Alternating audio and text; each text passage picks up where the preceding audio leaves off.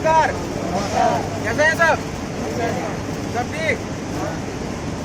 चलिए एक चीज बताइए, हम यहाँ हर रोज डीवीडी करते हैं, पता है आपको क्यों करते हैं? हर रोज का मतलब क्या है, कोई बता पाएगा?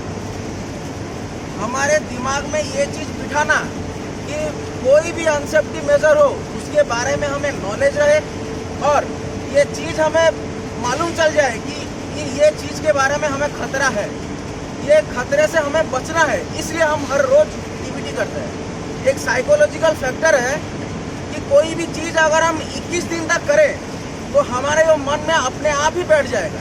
ये एक साइकोलॉजिकल फैक्टर है, समझ में आया? डीवीडी का मतलब यही है कि हर रोज हम यही कारण के वजह से डीवीडी किया जाता है कि हम अनसेफ्टी मेजर जो भी है, अनसेफ्टी इक्विपमेंट जो भी है, जो आने वाले हैं, उससे हम बच पाए। समझ में आया? चलिए अभी पांच तत्वों के बारे में बात करें जो कि सेफ्टी। हमारा हेलमेट बहुत जरूरी है, ये पता है, हर रोज हम करते हैं, आपको पता है कि क्यों करते हैं और ये पहनना क्यों जरूरी है, ये बताना जरूरी है, मुझे अभी नहीं पढ़ना चाहिए। दूसरा चीज है हमारा जो शू है, और तीसरा चीज हमारा गॉगल्स, चश्मा, हैंड ग्लोव्स, ईयरबड, मास्क, ये चीजों के बारे में बताया। ये पहनना ये जरूरी है, और आपको अगर ये अवेलेबिलिटी नहीं हो रहा है, ये आप अपने इंचार्ज से बात कीजिए और अवेलेबल अपने आप में कराइए। इसी के वजह से हम बच सकते हैं। यही अनसेफ्टी मेजर्स का जो हमें प्रोटेक्ट करता है, सेफ टाई होता है। टाई मतलब ये 6 चीज है जो टाई हम बांध के चल सकते हैं, जिससे हमें बचा सकता है। अभी देखिए बात कुछ और करूंगा, और मतलब सेफ्टी के बारे में बात हुआ, लेकिन हमारे जीवन को किस तरह से चलना है, हमारे जीवन को किस तरह से लेना है, ये भी हमें तय करना है। जंग जो होता है वो मैदान जंग में लड़ाई जाता है। मैदान जंग जो है, मैदान में वहाँ लड़ाई नहीं जाता है। मन के अंदर जो लड़ाई है उसे ही हमें लड़ना है। मन के अंदर का लड़ाई है सबसे बड़ा लड़ाई।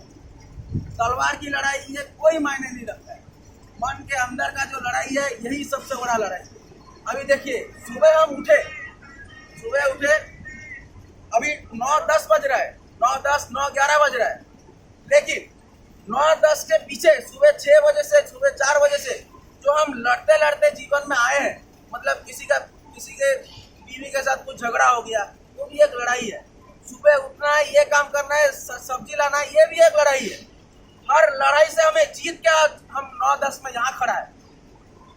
हर लड़ाई से जीत के हमें यहाँ खड़ा है, लेकिन लड़ाई जीवन में बहुत आते रहेंगे, बहुत जाते रहेंगे, लेकिन असली लड़ाई एक लड़ाई ये है, हम लड़ाई में जीते कि हारे कोई फर्क नहीं पड़ता, लेकिन मन में हमारा एक जो क्षण चीज है वो रह जाएगा। अगर हम जीवन का पहला लड़ाई हार गए, पहला लड़ाई अभी क्या है?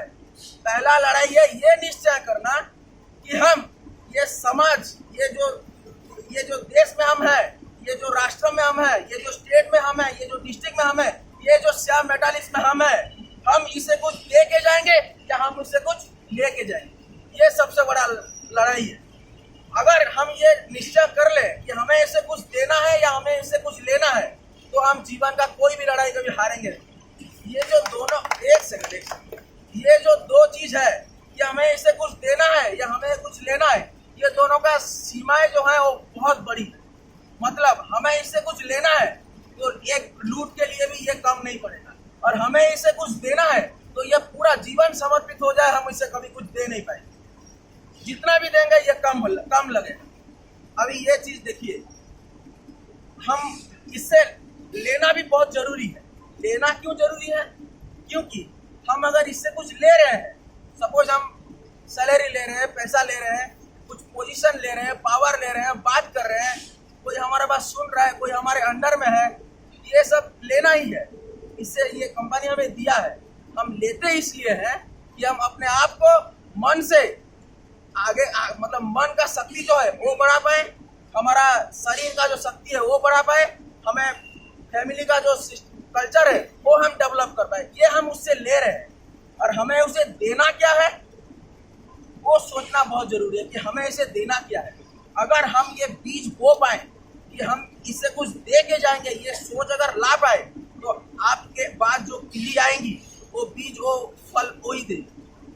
बीज हमें लगाना है यही बीज। अभी क्या है, क्या लगाना है बीज, कि एक सोच ये बनाना है कि हम कोई भी अनसेफ्टी मेजर्स एक नियमित फॉलो करके चलेंगे, हर इक्विपमेंट एक प्रोसीजर में करेंगे। ये जो बीज बोया जाएगा ये हमारे फ्यूचर में जो भी हमारा एंसेस्टर आएंगे वो उन्हीं के लिए कारीगर होगा और फल वही दे। देखिए सुप्रीम कोर्ट में क्या हुआ, हाई कोर्ट में क्या हुआ, इससे कोई फर्क नहीं पड़ता, रह जाता है बस एक इतिहास।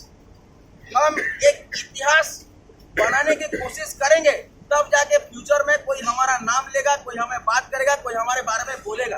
अगर बोलेगा क्या, कोई अच्छा बोलेगा या फिर कोई बुरा बोलेगा। हम अगर ये तय कर लें कि हम कुछ दे के जाएंगे तो हमेशा हमारा जो फ्यूचर में जो हमारे बारे में बात भी करेगा हमारे बात वो अच्छा ही बोलेगा। आपने सुने होंगे, आप में से कोई भी फिटर हो, कोई भी रिगर हो, कितने भी बंदे हो, वो मतलब किसी को कोई चला गया है, कोई छोड़ के चला गया, उसके पीछे में बात होता है। बात ये होना चाहिए कि अच्छा था, अच्छा मेहनती था, कुछ दे के गया है, ये समाज को कुछ दे के गया है, ये चीज वो लगाया है, ये चीज ये लगाया है, ये चीज आना चाहिए। इसे देना कहते हैं। देने में जीवन में अगर भगवत गीता में भी ये लिखा गया है कि कितना भी बड़ा कोई भी कार्य हो, अगर उसमें देने का चीज आए तो वो सबसे पहले करना चाहिए। समझ में आया? चलिए अभी और दो चीज के बारे में बताते हैं। आपने सुना होगा राम और रावण दोनों के चरित्र के बारे में बात करें। किस बारे में? चरित्र के बारे में। देखिए सबसे बड़ा बुद्धिमान व्यक्ति कौन था, रावण या राम? बुद्धिमान व्यक्ति कौन था? रावण था। सबसे बलशाली धनवान कौन था, मतलब बल में सबसे अधिक कौन था? रावण था। सबसे बड़ा भगवान का भक्त कौन था? रावण था। वो कहता है ना कि अपने शीशों को काट काट शंकर को मैंने पूजा है। वो बंदा ऐसा था कि अपने सिर को काट के भगवान शंकर को अर्पित कर देता था, सिर को काट के रख देता था। ये इस टाइप का उसका पंडित था। मुस्सा पंडित, मुस्सा योद्धा ना पूजा है, अपने शीशों को काट काट शंकर को मैंने पूजा है। इस तरह का श्लोक है ना, सुने हो ना कविता, ये कहानी। लेकिन फिर भी अगर बल में कोई ज्यादा है, पॉलिटिकल पावर जिसके पास ज्यादा है, धनवान भी बहुत ज्यादा है, और एक चीज बताते हैं, वो इस तरह का मतलब पंडित था, इस तरह का वो मतलब धनवान और बलशाली था। वो काल मतलब हमारा जम जो होता है, हम मरने के बाद एक माइथोलॉजिकल लहर है कि हम जम के पास जाते हैं, वो हमें हमारे हिसाब किताब करते हैं कि हम कितना कर्म किया, कितना अच्छा किया, कितना बुरा किया, इस हिसाब से हमारा निर्माण होता है। ठीक है, वो काल को बंदी बना के रखा था। वो ये बोल के रखा था, मतलब ये उसका था, इस तरह का उसका पावर था कि उसका अगर मतलब इच्छा ना हो तो उसका ही नहीं बल्कि उसके मतलब समाज में उसका जो एरिया ऑफ कॉन्करमेंट उसका जितना भी वो मतलब रावण लंका में किसी का भी मृत्यु नहीं हो सकता, इस तरह का वो आदमी था। मतलब सोच सकता है किस हाइट का पावर था उसके पास। फिर भी मैदान जंग में वो हार क्यों जाता है, कोई बता सकता है किस लिए? राम जीत जाता है और रावण हार जाता है, क्यों? उसके पास एक चीज की कमी थी, वो थी चरित्र। वो चरित्रहीन था, इसीलिए वो हार जाता है। हमें निर्माण अपने चरित्र को करना है, जीवन को कैसे जीना है ये शैली दिखाना है, और सिर्फ दिखाना नहीं है, बांटना भी है। हमारे फ्यूचर के लिए ही हम काम करते हैं। हम भी काम भी तो अपने फ्यूचर के लिए करते हैं, यहाँ पे भी जो काम करना है वो भी अपने फ्यूचर के लिए काम करना है। थैंक यू, धन्यवाद, मेरा बस कहना है।